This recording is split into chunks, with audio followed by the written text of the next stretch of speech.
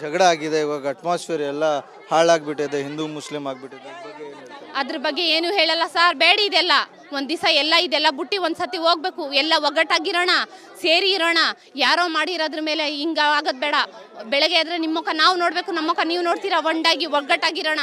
ಈ ಥರ ಬೊಯ್ಬೇಡಿ, ಈ ಥರ ಜಗಳ ಮಾಡಬೇಡಿ. ನಾವು ನಿಮ್ಗೇನು ಅತ್ಯಾಚಾರ ಕೊಡ್ತಾ ಇಲ್ಲ, ನಮಗೂ ನೀವು ಏನು ಹೇಳಬೇಡಿ.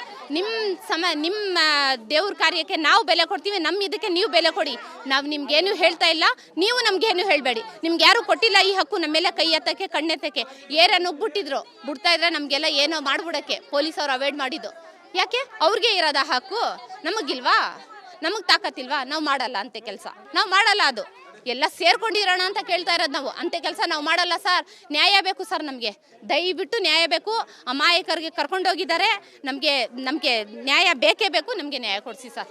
ಯಾರು ಕಲ್ಲು ಹೊಡೆದಿದ್ದಾರೆ ಅವ್ರ ಬಗ್ಗೆ ಏನು ಹೇಳ್ತೀರಾ? ಅದು ಕಲ್ಲು ಹೊಡೆದಿದ್ದಾರಲ್ಗೆ ಅವ್ರಿಗೆ ಶಿಕ್ಷೆ ಕೊಡಲೇಬೇಕು ಅವ್ರಿಗೆ. ಅವ್ರು ಕಲ್ಲು ಹೊಡೆದಿದ್ದಾರಲ್ವಾ, ಅದು ತಪ್ಪದು. ತಪ್ಪಿಗೆ ತಪ್ಪನ್ಬೇಕು. ತಪ್ಪು ಮಾಡದೇ ಇರೋರು ಕರ್ಕೊಂಡೋಗಿದ್ದಾರಲ್ಲ, ಅದು ದೊಡ್ಡ ತಪ್ಪು. ಅವ್ರಿಗೆ ಬಿಡುಗಡೆ ಮಾಡಿ, ಅವ್ರಿಗೆ ಎಷ್ಟು ಇದು ಮಾಡಿದ್ರೆ ಸಮ್ಮಾನದಿಂದ ಬಿಡುಗಡೆ ಮಾಡ್ಬೇಕು ಸರ್. ಅವ್ರಿಗೆ ದಯವಿಟ್ಟು ಕೇಳ್ಕೊತೀನಿ, ಹೆಲ್ಪ್ ಮಾಡಿ. ಮಾಡದೇ ಇರೋರಿಗೆ, ಅಮಾಯಕರಿಗೆ ಉಳಿಸ್ಕೊಡಿ ಅಷ್ಟೇ ಸರ್.